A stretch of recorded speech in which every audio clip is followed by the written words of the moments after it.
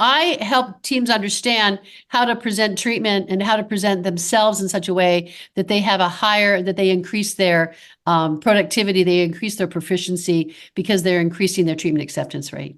Hey everyone, welcome to the Dental Office Managers Community Podcast, where we talk about the issues that matter most and help us to become better leaders in our dental practice. I'm your host, Kyle Summerford. Let's dive right in. Hey guys, it's Kyle, your admin from Dental Office Manager Community, and we are here with Deborah Englehart Nash. She's joining us all the way from Sarasota, and we are so excited and happy to have you on. Thank you. It's a pleasure to be here. Yeah, I'm enjoying the great things you're putting online. So thanks for all of your help that you give people and all of the answers and the questions and the format for people to answer, to ask, what do I do about these situations? So I will tell you that I was intrigued initially because there was big conversation about artificial intelligence and how do you use that. And that's a big game changer with submitting insurance, as I'm sure you are aware. But not only is it a game changer for submitting insurance, it also is a game changer for talking to patients about their treatment. It's a very beautiful, objective view when especially I know we talked about the periodontal practice, when you can show them, the color coding and the visual of what an AI second opinion gives them, when you can show them the bone loss and the enamel and it's all color coded and percentages of bone loss. And I mean, it's just a game changer. It's a game changer. AI is a game changer. So that's what inspired me to start to follow. Okay. All right. Yeah. AI has been a huge conversation in the community. And I like what I'm seeing in terms of AI and how it can be used in a dental practice. I think it really can help, just alleviate some of the tasks that office managers are dealing with on their own. And so, yeah, AI is amazing. I wanted to bring you on, Deborah, because, a lot of the members do have questions. We tend to see, some of the questions that are frequently asked.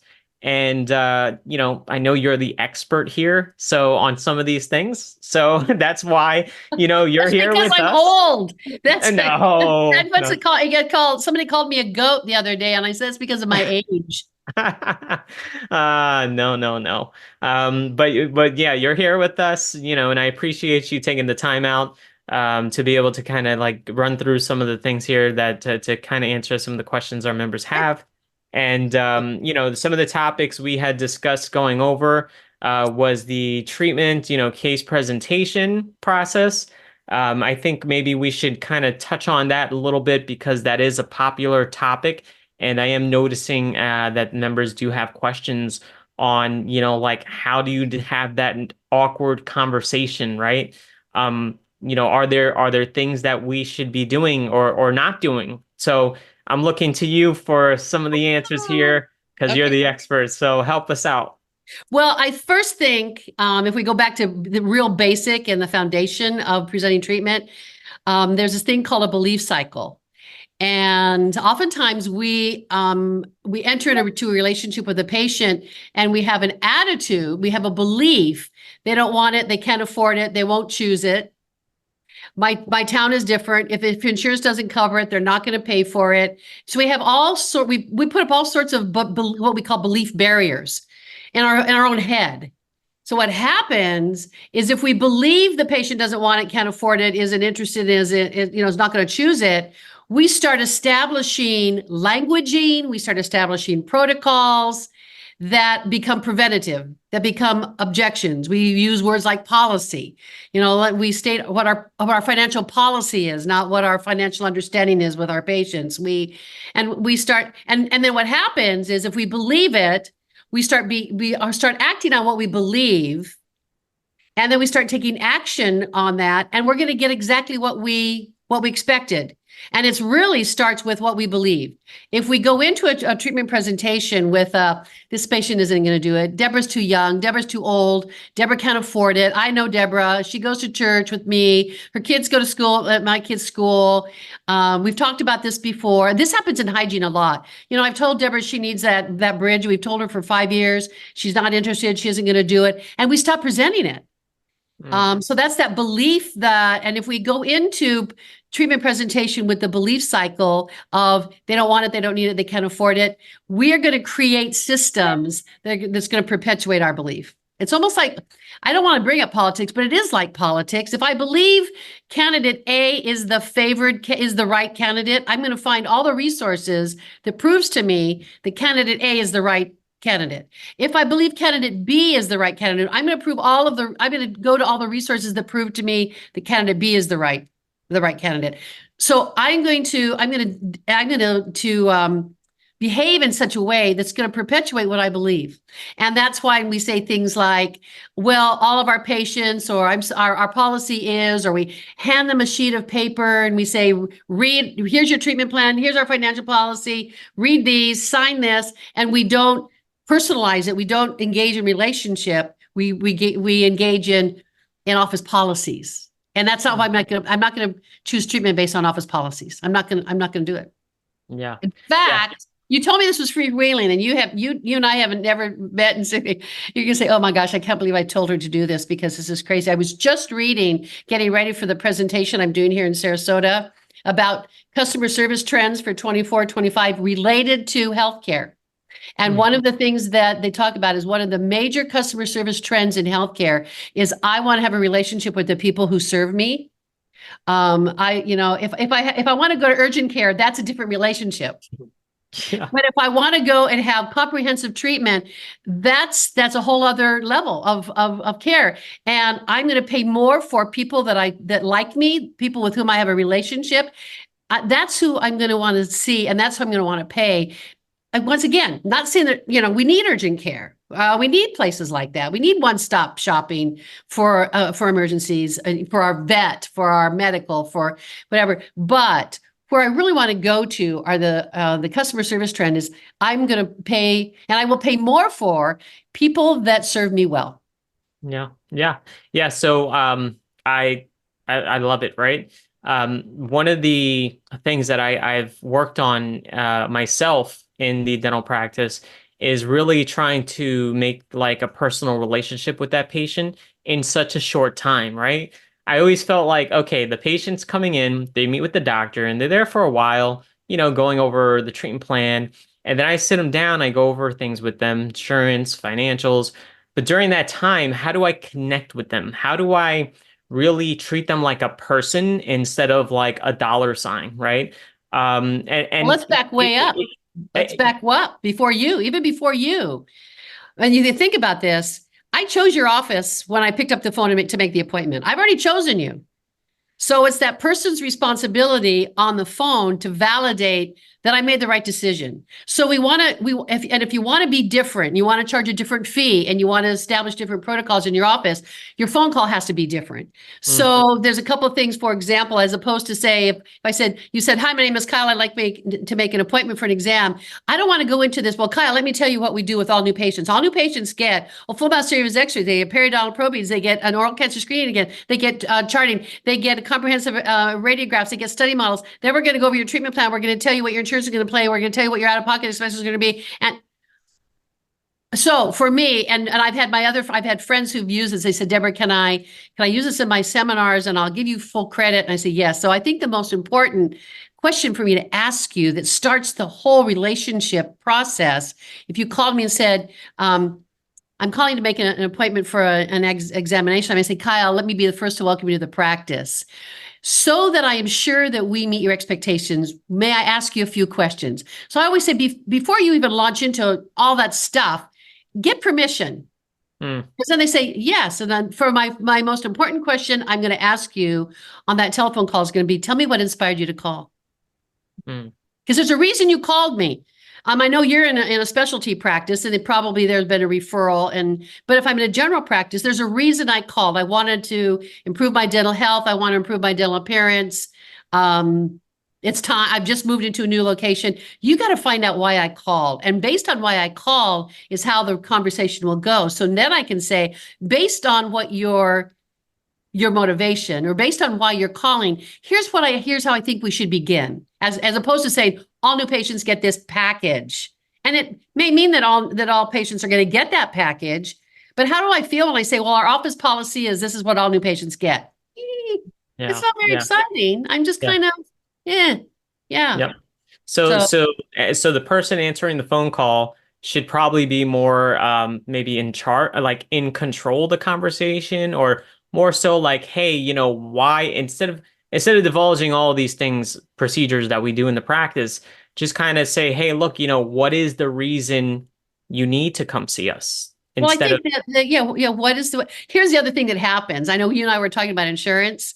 Oftentimes, say I'm calling to make, I want to make an appointment.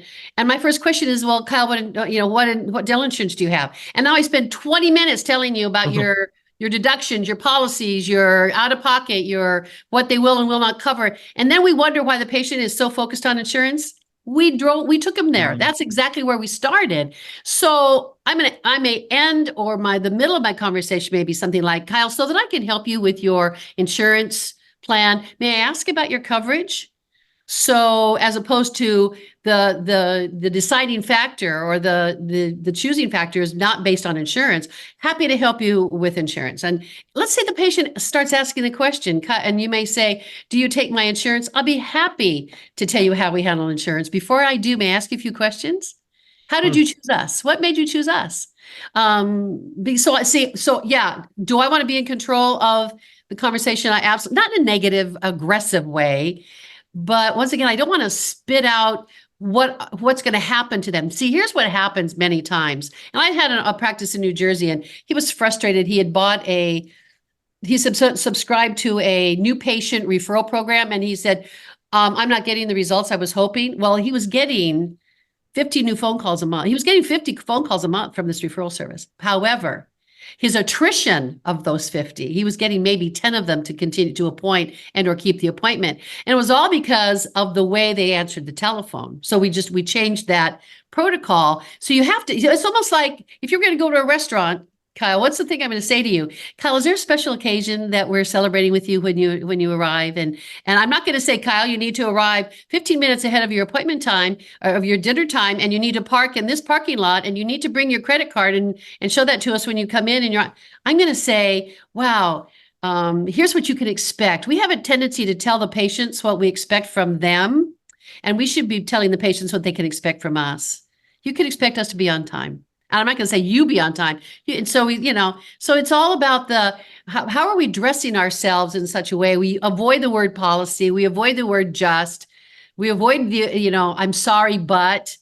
So we say, wow, I'm so glad you chose us. Tell me what inspired you to call here. Even with a telephone shopper, how much do you charge for? I'd be happy to tell you about our fees. Before I do, may I ask you a few questions?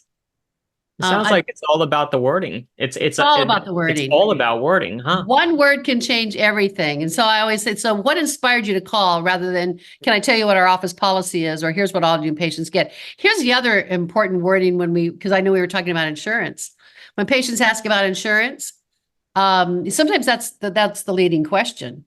Now, my disclosure is I've been married to and working in a fee-for-service and consulting with. My husband sold his practice a few years ago, and the buyer hired me as their consultant. But we are a fee-for-service practice. So I've been dealing with what insurance will and will not do for years. I didn't start consulting because I was married. I was a consultant, and then I happened to meet the Southern Bald dentist, and we got married. And so, but one of the things I always say, you know what, we will do our very best to help you receive whatever dental allowance. I don't say benefit. I always say allowance. We'll do our very best to help you receive whatever dental allowance your employer has provided for you.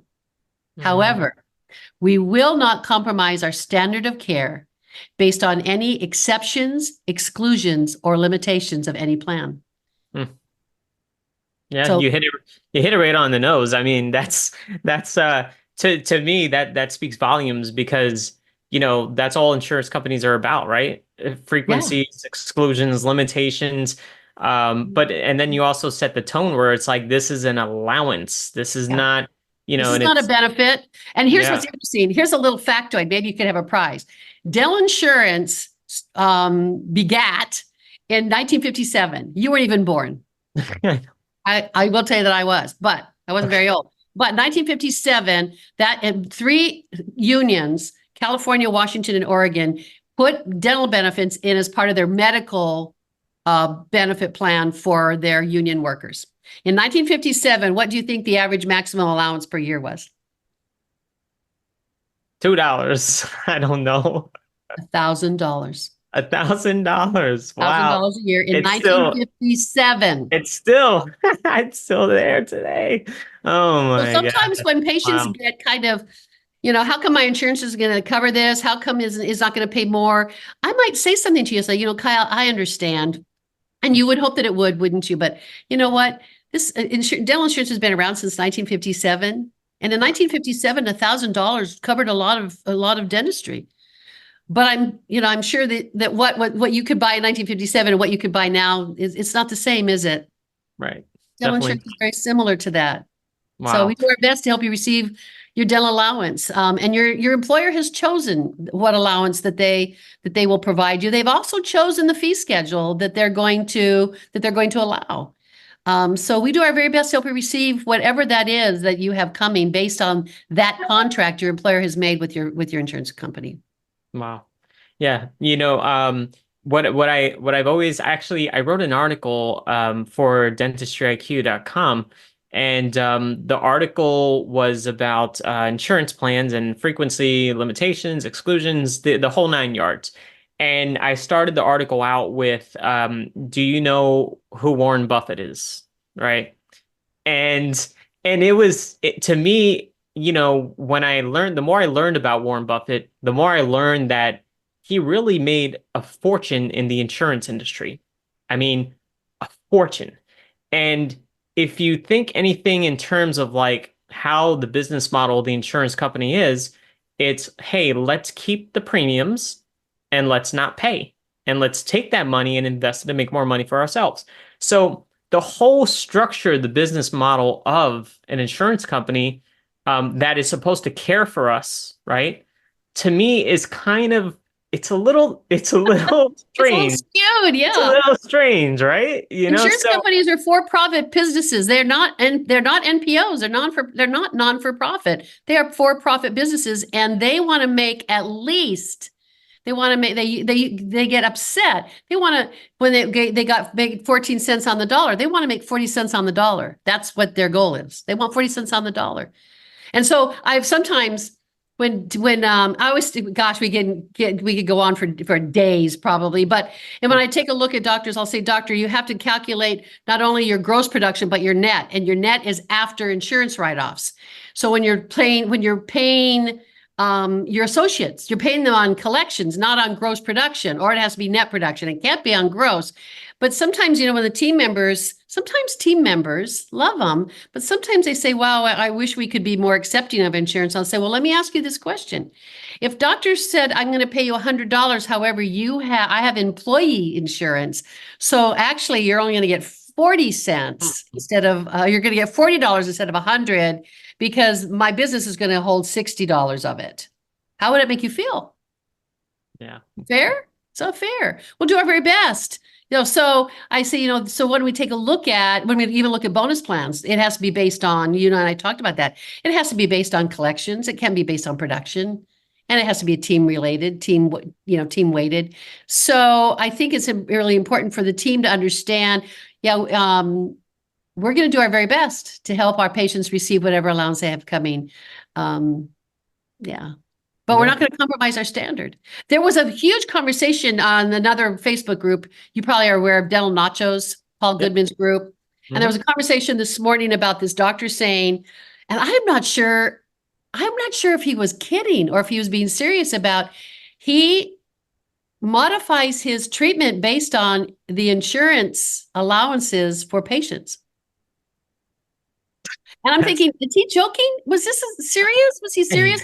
And he said, for my patients who don't have it, my fee-for-service patients, I may recommend a treatment that I wouldn't recommend for my patients who have Delta. And I may not recommend that treatment for my patients who have Aetna or MetLife. I'm thinking, wow, how would I feel as a patient if I knew that?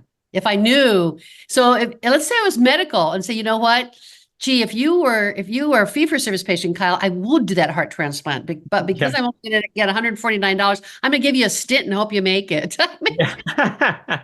Oh, I would hope not, but yeah, that's yeah, that was kind of. I'm just sure he was serious. I'm really not sure he was really serious about that. It's scary. It's scary that dental insurance or just insurances in general can influence the care that we receive, right? Like as just people, like, I've gone to doctors, right? I've gone to doctors for checkups and things like that. I've had, medical insurance where, I look at the explanation of benefit that comes back and it's like $20 for a payment to an MD. To me, it's like, well, is that why I was sitting in the waiting room for 3 hours? Because they had to make up $20 on each person, When you think about how insurance is influencing the care we're receiving, it's actually kind of scary. Scary. I think I heard somewhere. Now I go to a concierge physician, which is wonderful. I pay an additional fee for a concierge physician. I mean, I do have insurance, but that is not the deciding factor. But I do know that in certain medical offices, they basically say you have 6 minutes with a new patient. You have 6 minutes, 6 to 8 minutes to get in and get out and get on to the next person. You have 6 minutes. What if I come in with a debilitating illness and it's going to take more than 8 minutes to even diagnose me, let alone prescribe, let alone make me feel comfortable? I mean, scary. It's interesting. This is, wow. I could really, so in 2011, I lost my ability we're talking about insurance now, not about me, but it's about me right now. So I lost my ability to use my right leg and I lost the use of my right arm, my right side kind of went limp, went numb. And long story made short, I ended up having a brain tumor, but I went in for my first MRI and it was kind of insurance driven because he basically did the MRI and he basically said, see that mass? I said, that's not supposed to be there, is it? He says, no. Here's your disc that shows your MRI. Call your doctor. Stop taking aspirin. And sent me on my way. Wow. And it was like, I got to, and this actually goes to dentistry as well. I'll relate it. So I was on my way to the airport to get to a meeting. I pulled into the parking lot, a little bit shocked. I called my husband and he started asking me questions. Is it benign? Is it malignant? Is it, what's the next step? Is it surgery? Is it chemotherapy or radiation? What are we doing? And I was like, I don't know. Yeah. Call our children and call my pastor. So think about this as a patient. I come to you thinking I don't need anything. I just want my teeth cleaned. I just want to have my teeth cleaned. And it's funny because sometimes the patient that says, I don't want an exam. I just want my teeth cleaned. I don't want an exam. I'm thinking 2 reasons why I don't want the exam. Number one, I always ask my audiences, why do you think the patient doesn't want an exam? And they typically will say, because they don't want the dentist to find anything wrong. I say, no, that's not it. They don't want the examination because they don't see value in the examination. And I'll tell you why in a minute. So I have the examination. You find work that needs to be done. I come to your office and you're telling me I'm going to need surgery and bone graft and you're going to spin my blood. And I wasn't expecting that. And I go home and I say to you, probably not often with you, but 45% to 50 or over 60% of the time, the patient's going to say, I need to check with my insurance. I need to check with my schedule. I need to check with my spouse. I need to call you back. And I pull out of the parking lot and the questions that I didn't even think about asking start coming. And I go home and I start talking to my family and they say, well, what about this? And well, what about that? And I say, I don't know. I didn't think of asking. That's when that office, and you were talking about this earlier with me, Kyle, that's when that office, that patient treatment coordinator, the patient concierge, whoever is responsible for that, calls you or calls me and says, Deborah, I know we shared a lot of information today, didn't we? Yes. How did you feel about your experience with us? Oh, you guys are awesome. I'm a little overwhelmed by all that information. No one has ever been so thorough with me before, but man, I'm kind of a deer in headlights here. Yeah, sometimes that happens, that oftentimes our patients pull out of the parking lot and the questions they wish they had asked, they start thinking about. So we always make ourselves available to answer any of those questions you may have had once you left our office, or once you started talking with your family members or your friends about your experience with us.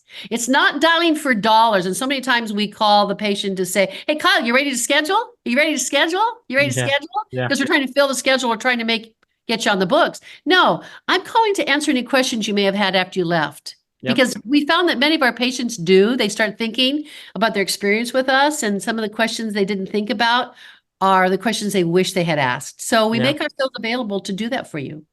Yeah, one of the things I actually do in the practice is if a patient doesn't accept treatment, I'll give it about a day or two.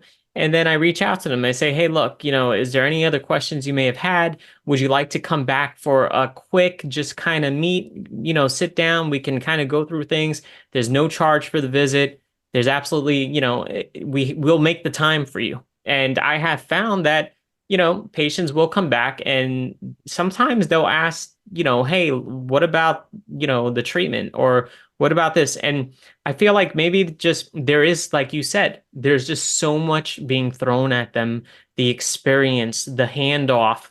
Right. It's just a lot at once, and then they don't have the time to really kind of like retain the information. And like you said, when they leave, they have so many questions. And one of the things that I feel is actually kind of a disadvantage in a way is these patients will go online and they'll actually start Googling these things. Oh, And, I know. they're finding themselves on these strange forums with so-called doctors and dentists. And then they're on YouTube and they're looking at these crazy surgeries. Maybe your practice is not doing a surgery that way. Maybe they're not using that methodology of treatment, and it scares the pants off these patients, and then they don't want to come back. So, I could see, 100% exactly what I think you're that saying. follow-up is important. Yeah, it's funny. One day, one of my husband's patients came in. He's an architect, and he's the one responsible for remodeling the Charlotte Douglas Airport. And he came in and he said, hey, Ross, I was online last night. He was getting ready, I think, to do a bridge. He said, I was online last night and I was learning about how you are going to, how this could be done.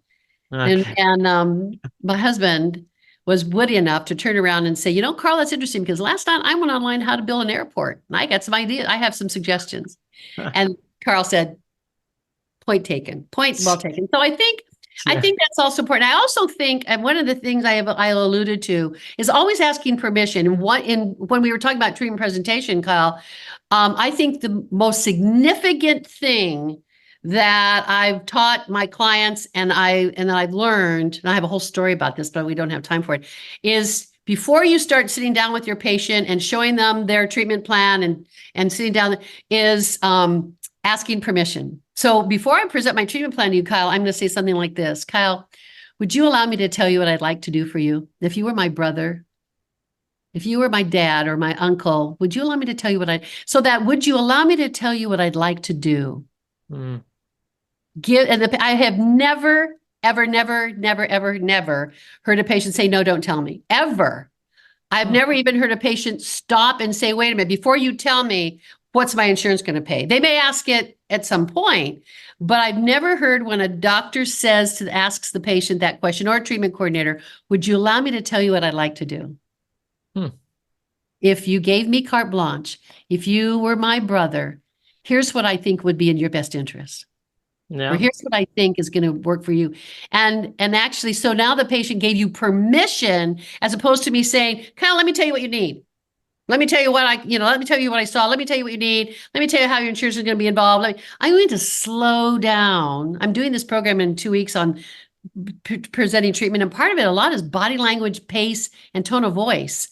So sometimes when we're presenting treatment, we need to slow down. Yeah. We need to change our tone of voice. We need to change our pace.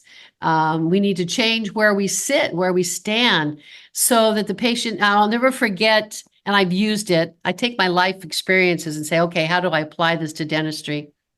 Years ago, 35 years ago, as a matter of fact, I was pregnant with my daughter, and I got bad news. My alpha fetoprotein test, which determines whether or not you're carrying a Down's child, it came back positive. Now my daughter always says, "Please remind the mother that I'm not a Down's child," and then I don't get, I wouldn't Yeah. care if she were.